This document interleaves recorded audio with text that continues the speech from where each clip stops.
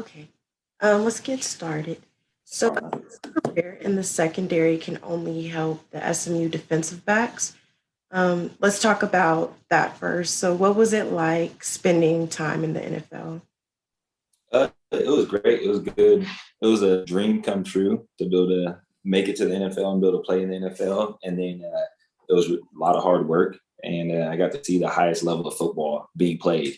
And I got to see what it takes to work at that level, what it takes to stay at that level, what it takes in the off season for that level. So I really got to see the experience of seeing guys that have been in the league for 14 years, seeing guys that are just on the practice squad, guys that don't make it for a full season. So you get to see that whole wide spectrum of what it takes, and you just take bits and pieces from everyone. So it was a lot of learning, a lot of growth, and yeah, I feel like I'm better because of my couple of years there. Nice. What teams did you play for while you were in the NFL? So I played for the Colts, the Redskins, well, the Washington football team, the Raiders, and the Lions. Nice. How many years? I was there for, I got let go my third year. So like 2.5, however you want to say it. Yeah. So now that you're in this position, what's this difference in being a player versus, now you're a coach? So, Yeah. So the biggest difference that I experienced and I noticed is when I was a player, I just had to learn it for just me. Like however I learned, if I could just look at pictures and learn it, if someone could just tell it to me and I learned it. So the biggest difference was when I was a player, I learned it for myself, learned everything, and then I could tell other people what to do and just didn't necessarily have to teach them. Now, when you're a coach, you have to teach all the different learning styles. You have to teach audio learners, visual learners, kinesthetic learners, and then you have to just continue to teach them and connect with however many people are in your group. You have to be a true teacher and a developer and have a process and have a way of teaching. So that's probably the biggest thing. Now, sometimes you're fortunate with certain kids where you can just tell them something and they understand it and they can remember it and it makes sense to them. But every kid doesn't learn, every player doesn't learn the way that you learn. So you have to grasp that and understand that. And then once you know that, that's probably the biggest difference that I realized. great, important stuff. So you spent 2 years as a grad assistant coach. So without giving away any major coaching secrets, uh, Mm-hmm. what did you learn most when you were in that position during that time span? And like, how do you feel like who provided you with like the best coaching style tips? Yeah. So I was very fortunate for being on this staff and working with the people that I work with. So learning from Coach Dykes and Coach Kane, the old DC here, had a lot of input. And the person that I worked closest with that really kind of helped me build my foundation and in coaching was Randall Joyner.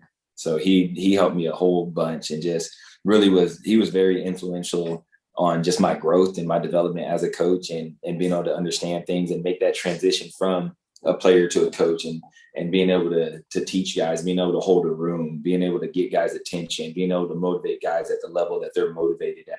So he was very big on that and developing a teaching style and developing how you get guys to work, whether it's a alignment job eyes, call CASCAR, call alignment, stance, keys, read. So no, depending on different things that it is, like him and Coach Kane were very influential. I'd say Coach Joyner was very influential in building that foundation and kind of really pouring into me. Still is today. I still talk to him probably every day now. And so he was very big on that. And then Coach Kane was very big on giving me the opportunity to grow and challenge me. One, by Coach Kane decided to put me with the D line, which I had never played at first, which put me in contact with Coach Joyner, where I worked closely with him. And then Coach Kane gave me the opportunity to work with the linebackers and the nickels and kind of have my own group that I coached. So those are a couple big influential people here that really helped Mm. me. And you've known Sonny Dykes since your playing days at Cal.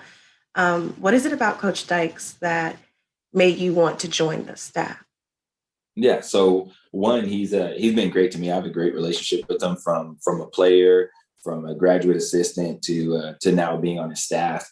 And just it's like he means what he says, and he does what he says he's going to do. So he's got great character, does things the right way, treats everybody with respect.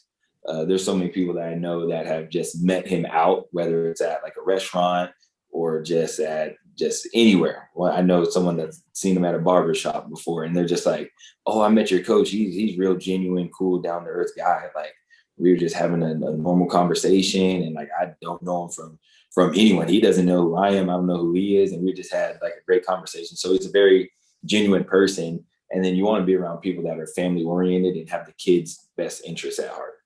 So that's really, you get some people that do it the wrong way. Some programs that do it the wrong way, but here he's very much so going to do it the right way. Going to look out for the players and make sure he helps them graduate and helps them, and have opportunity in life. And last question for you today. We know you also spend a lot of time as a reporter. So you've got journalism experience. Let's put you on the spot right quick. Oh, we're gonna put me on the spot? Yeah, I'm put you on the spot. So what's your you said what? I gotta lock in. Here we go. What's your advice to those like me who are covering the Mustangs for 2021 and beyond? Okay.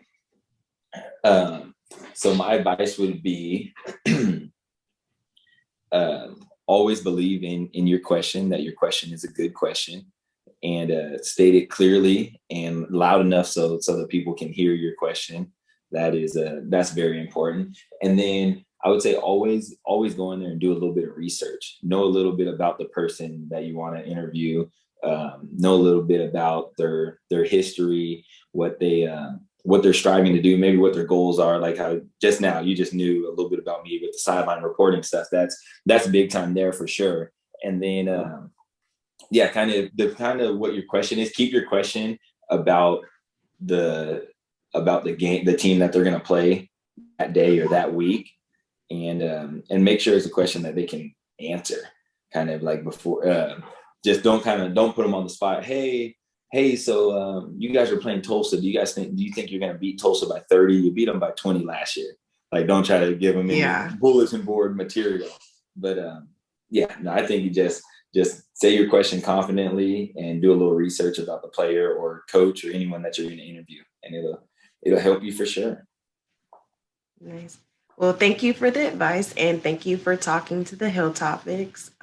It's really good to see you and speak with you. And I can't wait to see what you guys have in store for the upcoming season. Oh, thank you very much. That was short and sweet. I appreciate it.